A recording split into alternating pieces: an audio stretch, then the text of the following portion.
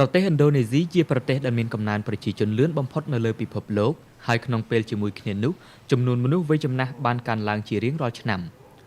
Paramount Bet ឥណ្ឌូនេស៊ីត្រូវបានគេស្គាល់ថាជាផលិតផលក្រេសម្រាប់ដ៏ល្បីល្បាញនិងរួមចំណែកដល់វិស័យជាច្រើនតាមរយៈផលិតផលរបស់ខ្លួន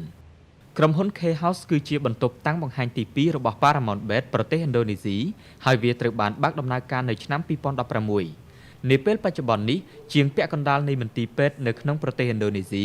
បានអនុម័តយកផលិតផល Paramount Bet ហើយថ្មីៗនេះតម្រូវការក្រេសម្រាប់ប្រើប្រាស់ឯកជនកំពុងកើនឡើង最近インドネシアでもប៉ុន្មានឆ្នាំថ្មីៗនេះអតិថិជនជាច្រើនកំពុងប្រើប្រាស់ក្រេព្យាបាលនៅផ្ទះប្រទេសឥណ្ឌូនេស៊ីមានចំនួនយុវជនជាច្រើនបើប្រៀបធៀបនឹងប្រទេសជប៉ុនប៉ុន្តែយើងអាចរំពឹងថានឹងមានកំណើនប្រជាជនចាស់ៗនាពេលអនាគត Paramount Bet គឺជាក្រុមហ៊ុនផលិតថ្នាំបំបាត់ការឈឺចាប់នៅប្រទេសជប៉ុន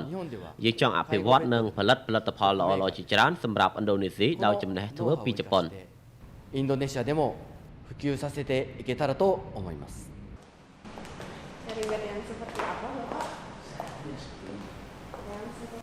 គោលគំនិតនៃសាលតាំងបង្ហាញនេះគឺធ្វើឲ្យមនុស្សកាន់តែច្រើនទទួលបានបទពិសោធន៍ពីផលិតផល Paramount Bet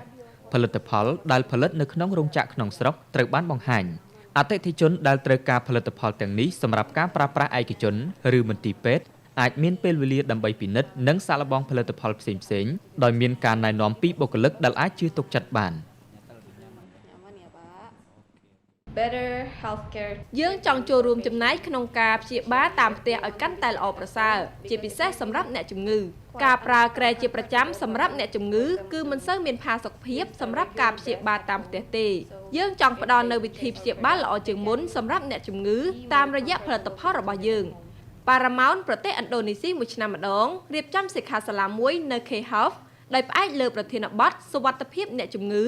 ដើម្បីណែនាំអំពីចំណេះធ្វើចុងក្រោយបំផុតនិងជួយអភិវឌ្ឍជំនាញសម្រាប់កលយានុបដ្ឋាយិកានៅប្រទេសឥណ្ឌូនេស៊ីវ័យក្មេងក្នុងសិក្ខាសាលានេះគឺជាអ្នកជំនាញក្នុងការថែទាំសុខភាពហើយត្រូវបានអញ្ជើញពីប្រទេសជប៉ុនមកさらなる高い品質と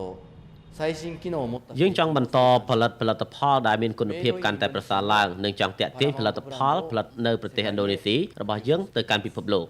យើង Paramount Bet ប្រទេសឥណ្ឌូនេស៊ីនឹងធ្វើឲ្យបានល្អបំផុតជាមួយនឹងកំណើននៃប្រទេសឥណ្ឌូនេស៊ី成長し続けるように頑張っていきます。រយៈពេលវែងនៃការរួមចំណែកដល់វិស័យវិទ្យាសាស្ត្រតាមរយៈបច្ចេកវិទ្យារបស់ប្រទេសជប៉ុននៅតែបន្តគាំទ្រដោយប្រជាជននៅក្នុងប្រទេសឥណ្ឌូនេស៊ី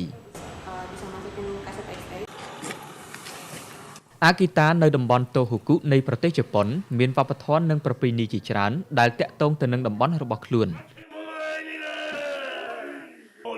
ANA All Nippon Airways បានបង្ហាញពីកន្លែងកម្សាន្តដ៏ល្បីល្បាញនៃរដូវរងាអាគីតា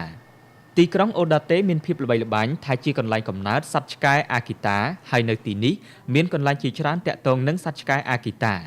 សារមន្ទីរឆ្កែអាគីតាក៏ជាផ្នែកមួយដែរវាបង្ហាញពីវត្ថុបុរាណនិងសម្ភារៈដែលតាក់ទងទៅនឹងប្រវត្តិសាស្ត្រសត្វឆ្កែអាគីតាវាត្រូវបានកសាងឡើងដើម្បីរំលឹកដល់ខួបលើកទី50នៃការបង្កើតសមាគមអភិរក្សសត្វឆ្កែអាគីតានិងជាសារមន្ទីរតែមួយគត់នៅក្នុងពិភពលោកដែលឧទ្ទិសដល់ឆ្កែជប៉ុននៅជិតសារមន្ទីរគឺមានផ្ទះឆ្កែអាគីតា Itai Angel គឺជាអ្នកបង្កាត់ពូជឆ្កែមកពីអ៊ីស្រាអែលគាត់បានទទួលឆ្កែអាគីតាដំបូងរបស់គាត់កាលពី19ឆ្នាំមុនដោយការតាក់ទាញរបស់សត្វឆ្កែគាត់បានបដូរលំនៅឋានថ្មីទៅទីក្រុងអូដាតេកាលពី4ឆ្នាំមុនដើម្បីបង្កាត់ឆ្កែអាគីតាខ្ញុំគិតថាភាពតាក់ទាញនៃសត្វឆ្កែគឺអាគីតាគឺរូបរាងខាងក្រៅពូជឆ្កែនេះស្អាតណាស់មានសម្រស់បែបសិល្បៈធម្មជាតិភាពតាក់ទាញរបស់ឆ្កែមិនគ្រាន់តែជាភាពស្រស់ស្អាតប៉ុណ្ណោះទេតែថែមទាំងកាយវិការផងដែរមនុស្សទូទៅក៏អាចមើលឃើញច្បាស់ពីរូបរាងខាងក្រៅរបស់វាផងដែរ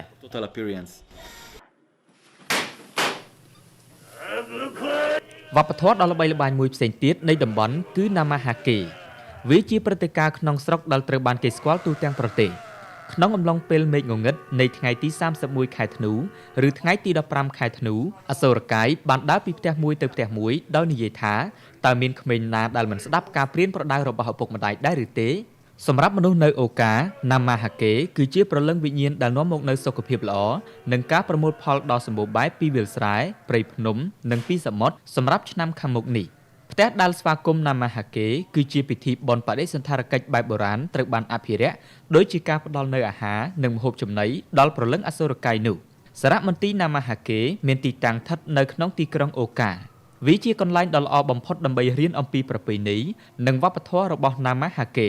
3 ទៅ 4 ដងក្នុងមួយសប្តាហ៍អ្នកឆ្លាក់ Ishikawa Sensu បានមកដល់សារមន្ទីរដែលភ្ញៀវតាមដានគាត់នៅកន្លែងធ្វើការងារដូចជារបាំងមុខជាដើមវាក៏មានរបាំងមុខនិងសម្លៀកបំពាក់ចំនួន 150 ផងដែរដែលត្រូវបានប្រើក្នុងព្រឹត្តិការណ៍កន្លងមកមានមនុស្សជាច្រើនមានអារម្មណ៍ល្អណាស់ Namahage ត្រូវបានគេស្គាល់យ៉ាងច្បាស់ថាជាវប្បធម៌មួយតំណាងនៃអាគីតាវប្បធម៌នេះមានដើមកំណើតមកពីទីក្រុងអូកាដោយបានបង្កើតឥទ្ធិពលយ៉ាងខ្លាំងទៅលើខេត្តអាគីតាពិធីបង្ហាញរបស់ Nama មិនត្រឹមតែគួរឲ្យខ្លាចនោះទេប៉ុន្តែក៏វាក៏មានភាពតាក់ទាញខ្លាំងដែរដើម្បីតំណាងឲ្យមេរៀនសម្រាប់ជីវិតខ្ញុំចង់ឲ្យមានភ្ញៀវទេសចរអន្តរជាតិជាច្រើនមកនឹងទទួលបានបទពិសោធន៍បន្ថែមទៀតអំពីវប្បធម៌ Namahage របស់យើង នៅតែមានចំណុចគួរឲ្យចាប់អារម្មណ៍ជាច្រើននៅក្នុងខេត្តអាគីតាដែលជាកន្លែងប្រវត្តិសាស្ត្រដើម្បីទាក់ទាញមនុស្សជាច្រើន